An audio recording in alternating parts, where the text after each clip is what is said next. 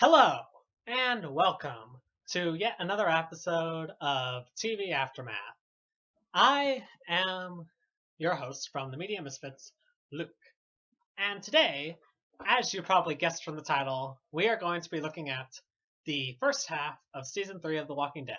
As I stated in my previous video, this is where I had left the show because, well, AMC had left Dish, and so that threw my viewing schedule way out of whack.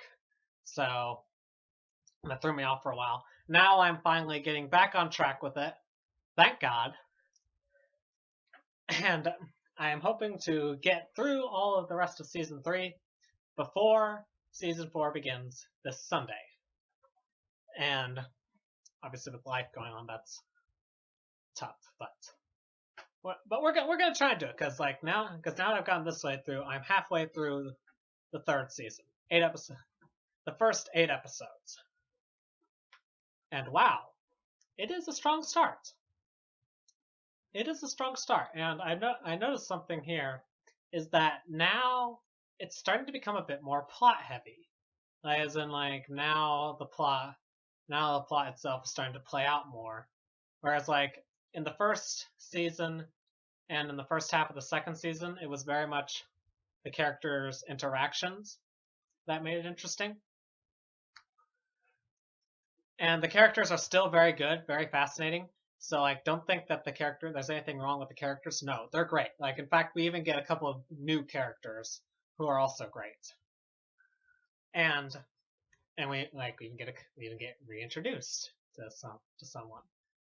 But yeah, the plot moves forward a bit more. It becomes more important. We learn new things. The world in which we see is expanded.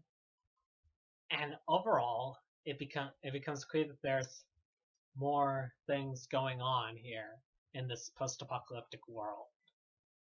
And the focus now has switched completely from the threat being zombies to the threat being other humans. The zombie apocalypse is mostly the backdrop now. And it hasn't said it yet in the show. I think it'll say it towards the end of season 3, if it says it all. It's this moment I'm looking out for, because like I said, I've skimmed through the comics and I'm looking for this one exact moment, and I don't know when it'll arrive. I'm positive it will arrive because the moment is just designed to arrive at something like this. But we'll get to that later. In the meantime, let's talk about the plot. So yeah, as I said before, as I knew before, this season is focused on the prison. For the season 3 starts out, must be it's basically been 9 months. The zombie apocalypse so far has lasted for 10 months, they say. And by now Lori is hugely pregnant. So there's that. And they've been moving around for all these months. They haven't settled down in any place. And they realize that they need some place to call home, need some place to be safe, and need some place for her to have the kid. And so when they come across a prison, they naturally do that. The first episode is basically centered around them clearing out the prison, which of course leads to great action, great sequences of that, great. Not necessarily I say action, not necessarily an action movie type sense, but action in terms of things happening, as in constant momentum, constant battle, just clarifying. But when in there, they'd find other prisoners, and it's here that we really see the changes in Rick, especially. You've been seeing it throughout season 2, especially in terms of his dealings with Shane and how he was prepared to kill that kid Randy, how Rick actually was planning to execute him. You see, Rick's become much more hardened, not quite Shane levels, but very damn close. And I also noticed here you see a bit of a disconnect with Rick that like I think it should be emphasized is the fact that whenever other people ask him and his group for help, he always says no generally. But he's always upset whenever he asks someone else for help and they say no. I think it's just something interesting to point out because I've noticed that. I've noticed it's like a general theme. I'm pretty sure it's like supposed to be, but it's something I'm noticing. And I think it's like intentional, you know? I think it's intentional. Like the good thing about a zombie movie or a zombie show or a zombie any series, the focus is always on the characters and the focus is always on how it affects them, how the human factor, how humans cope with the apocalypse. That's always the question raised by any kind of zombie thing. Anyway, so from these other prisoners, of course, conflict arises, with Rick eventually like straight up killing two of them, straight up killing two of them, and like another one having to get away. Another one getting away, and two others basically eventually joining up with them. I'll just say like eventually they're relegated to like their side of the prison, but like eventually they're allowed to join up with Rick's group in this first half of the season. Their names are not important. Not important. One of them died. One of them dies anyway, and I'm not entirely sure the other one is gonna stay around. But also, from that's the first two episodes. The third episode we switch gears entirely. In that episode we follow Andrea and Michonne. That's what her name is. I called her Michonne in the first episode because I didn't know how her name was pronounced. Turns out it's Michonne. My bad. We follow them, and there is where they find the governor. They find the governor who like I know is a villain. Like I knew he was a villain. Like when I first saw him, like I knew going into it that he was a villain. Like he's very charismatic. Like he's a very charismatic villain. Like initially, like it does everything you can, like to try and make you like the guy. Which of course, like knowing he's a villain only makes it more obvious that he's a villain. Until like you go, but he's very charismatic while doing it. Like I like that. They make him like a very charismatic person. Like he seems like when he's sane, like when he's being sane and not completely insane, which is the other half of the time, he seems charismatic. And in the governor's group, we also encounter Merle. And thank God. Like I knew we were gonna see Merle in the third season, but yeah, good thing we're seeing him. Good thing we're seeing him again, because that answers one of the questions that have been raised before, and it's always a good idea to do that. Right? Because in the first season we had lost him. It had been very much implied that he had gotten away, that he had managed to cut off his own hand and cauterize the wound, that he had gotten away somewhere, but they couldn't track him. Here we see what happened to him. And it makes sense to follow up on something like that. So yeah, and in the governor's group we have basically like when it becomes very obvious that dangerous, because like they flat out like when he finds like an army guy, he flat out kills him and kills the rest of his group in order to take their weapons, their supplies, and their vehicles. And like my God, it just becomes apparent like just out of nowhere. He comes up there all cajoling and like friendly, saying, "Hey, we got your friends over here." Bam! Bam! My God. And like he just lays the fucking ambush on him. Yeah. And we get more of the character stuff with Andrea and Michonne. And Michonne, honestly, we don't get a whole lot of character with her because like she's mostly just stoic and a badass. And the reason I know she's a badass is because she has a katana. Like that's literally the only thing. And she's good at killing zombies. But at this point in time, they're all good at killing zombies, especially without using bullets, which is something that makes sense. As something that's it's been established from the very, especially in season 2, it got established very much so then. In season 1, they had the guns still, and there was still probably the hope of the cure, but now that, like, the hope's run out, bullets are very precious now, so trying to kill as many zombies as possible with hand-to-hand combat makes sense. Also, the series never ever calls them zombies. By now it's called them just about everything but zombies. You never say the Z word. It's called them biters. It's called them walkers. It's called them creepers. It's called them like everything like that. But never ever zombies. Never say zombies. Never say the Z word. The Z word.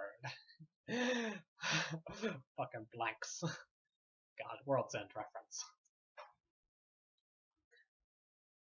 And you can tell, and the governor is like completely insane, by the way. He's a great character too. He's like completely nuts.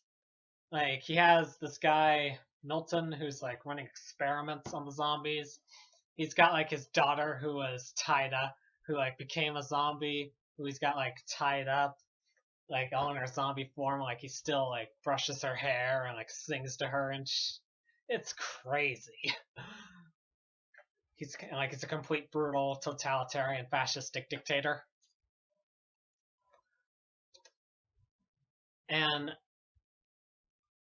back at the prison, like, that's where we spent there. Like, the entire episode is spent there. Oh yeah, the guy also has like a row of like zombie heads, like just kept inside of tanks, like fish tanks. Like, has row upon row. Like, you know, like, you see the posters I have here? Imagine that, but with like zombie heads inside fish tanks. That is creepy. So yeah, he is a great character. I'm liking him so far. Like, he works as a villain.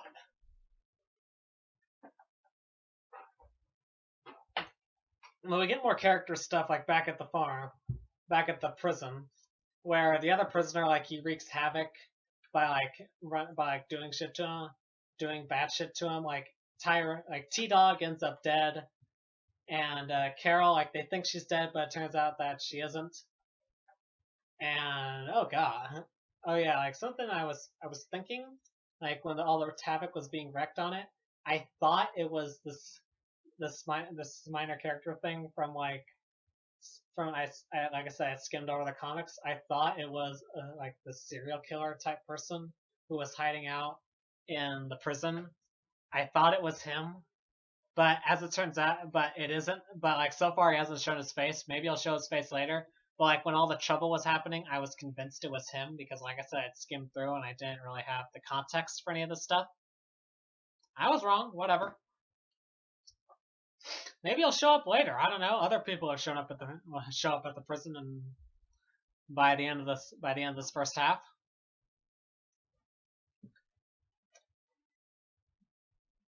Oh yeah, Lori freaking dies. By the way, she dies. She dies in childbirth because like she has to get C-sectioned, and just to top it off, to make things worse, Carl, who, by the way, is still a dumbass, but at least like he's growing up and becoming more intelligent about it. Like, he's still winning the gun, which, like I said, I didn't have a problem with. My problem was he was like a complete shithead about it. Like, he stole someone's gun without permission, which he didn't really know how to use, and he tucked in his pants. That's a shithead move. Like, in fact, like, in general, giving a kid a gun is a shithead move. But in a universe like this, I can understand. It's like I don't like it, but I can understand it. It makes sense story-wise. And he has to fucking kill her. Like, he has to put her down.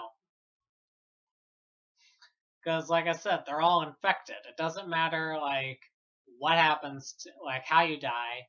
But if you die, and your brain is still intact, you are gonna turn into a zombie. Hey, that is creepy. I'm resisting the urge to say it.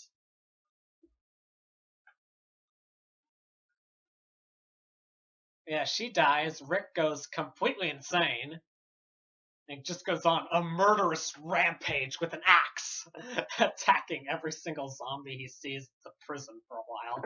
And then he goes even more insane because because of a phone that keeps ringing. Like, I at first was like wondering about that because like I wondered, is that like seriously some other group? Like, how do they know about him? How do they find him? As it turns out, I'm pretty sure it was just Rick hallucinating. And in fact, that makes sense because the voices we end up hearing are like the voices of the dead people. So it makes sense when you say, he was just hallucinating. Which I'm gonna pass it off as. And yeah, Merle, back in the governor's place. And so like down Lori gives birth to a daughter. Maggie has to C-section her. And like, they have to go and get baby food for the baby. Makes sense. But Glenn and Maggie are out on the run, and by the way, their relationship has clearly progressed a lot.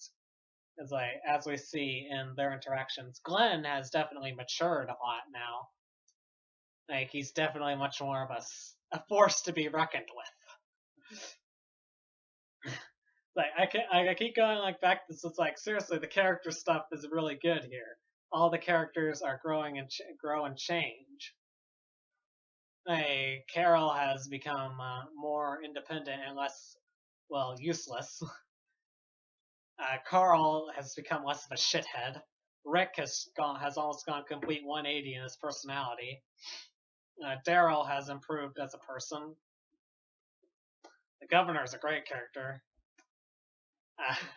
Michonne has potential because, quite frankly, right now she hasn't done a whole lot. Like she's done a lot, but she hasn't had like a lot of personality behind it. She doesn't have many conversations. Most of what she's gone is like on her gut. And by the way, Michonne, like when they're at the governor's place, like she takes an immediate dislike to him. Andrea likes the guy immediately. Like she wants to stay there. Michonne doesn't, so she leaves. But the governor won't allow that. So like in secret, he sends out like Merle and a bunch of others to kill her. She kills them instead, except for Merle, who manages to like get away. Like who's convinced she's dead. And, like while following her, he discovers Glenn and Maggie while they're on the run for the baby food, and so he captures them. And all the while we see like that Merle wants to meet Daryl. Like he wants to know where they were holed up, but Glenn obviously doesn't want to tell him. So they capture them, torture them for a while. Like it gets freaking brutal until like eventually like through basically threats they manage to get the location out from Maggie. And what else is there? And then Michonne, who had seen where Glenn and Maggie get picked up by Merle, and overheard them talking about having to go back to the prison. She goes, gets Rick's group, and they launch a rescue effort again for Glenn and Maggie against the governor's place, Woodsbury. That's what it's called. Where it's like the walls are high. The walls are high. We have the walls. The walls protect us. Just like that stupid freaking cult in Attack on Titan. Oh god, I'm moving into Titan territory. Okay, back up. No more talking about the stupid fucking walls.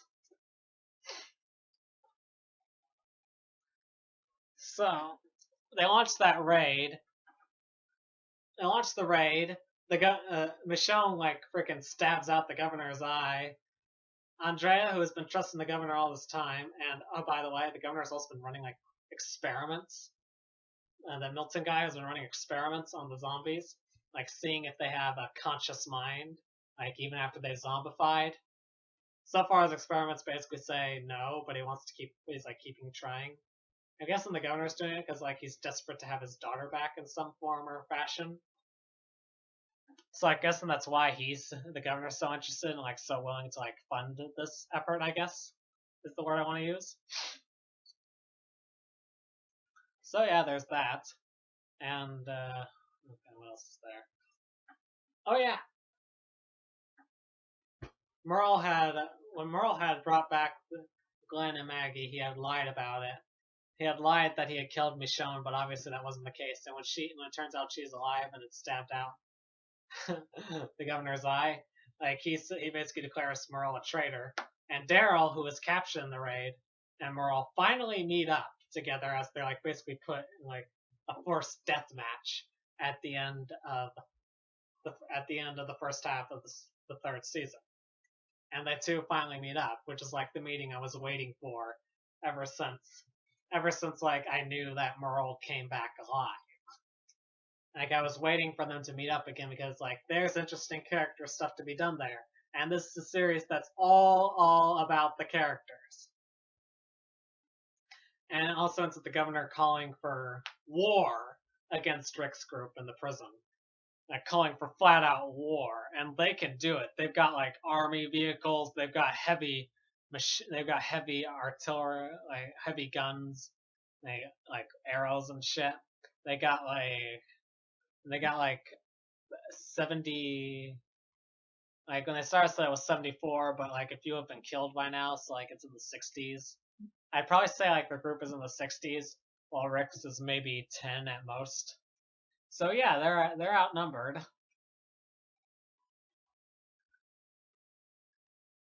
I'll just say like it shocked the hell out of me like when Lori died, because like she's one of the main characters, like one of the top 3 from season 1 and season 1 when the entire focus was basically on 3 characters, and then season 2 where she was still like one of the top characters when they expanded more and got more development into the rest of the cast. Like I was like, again, like it's nice to see a lot of the development going on with these characters. But it's good character stuff going on here, like in the midst of the plot. And you see, like I said, Andrea wanting to stay with the governor, but like not being too sure when she discovers like a lot of the secrets going on at the end. Like when she discovers like Daryl, like after they've been separated by now for like several months, like an entire winter. Like Andrea's been alone with Michonne. And like Rick, his complete breakdown, Carl having to like mature to the point where he killed his own mother because it was necessary. Like the other Ursul's other daughter, Beth, I think her name is, like she's fine. She's getting like some character stuff, some being the key word.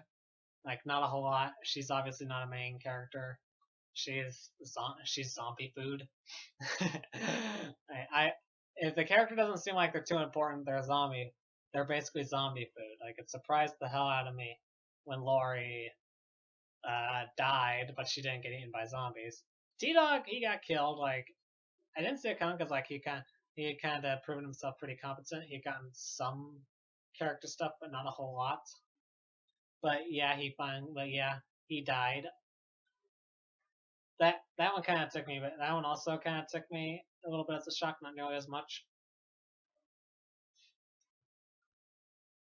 So yeah, overall a strong start to this third season. Like everything I can like, nothing else really much to say. All the character stuff, the characters are still strong. The story is still it's still done like a really gripping way. Like it's like grim. Like it gets grimmer and grimmer. Like there's really no hope. Like no real sense of hope of any kind of rescue. We may have gotten an answer to the helicopter question. As like I said, when the governor found the army guys, he had found them in a crashed helicopter. That might have been the same helicopter that we've seen. I don't know. So that might be an answer to that. Also, I don't know if the group that we had seen, the group that Randall was from in the second season, if that was the governor's group. I doubt it. I honestly doubt it. I doubt it in one sense, but on the other sense, I doubt it on the one hand, but on the other hand, it makes sense. You know? You consider like what his group does. So like I'm not sure about that. But yeah, like obviously the stage is now being set for the direct confrontation between Rick's group and the governor's group. And that'll probably play out in the second half of the third season. That's probably going to be the emphasis on that. and where the fourth season goes from that, not sure, because like I'm not sure. I still don't know where the third season goes because I haven't seen it. But from there, we'll probably get an indication. But I'm pretty sure, like before, we'll get something of an indication where it's going. So yeah, that's all for this episode. Uh, if you liked it, comment, and subscribe. If you didn't, comment, and subscribe anyway. tell me what's wrong. And honestly, watch The Walking Dead if you can. And also, as another thing to watch other of our videos if you like more of this stuff. So yeah, that's it for this TV Aftermath. Signing off. Until next time with part 2.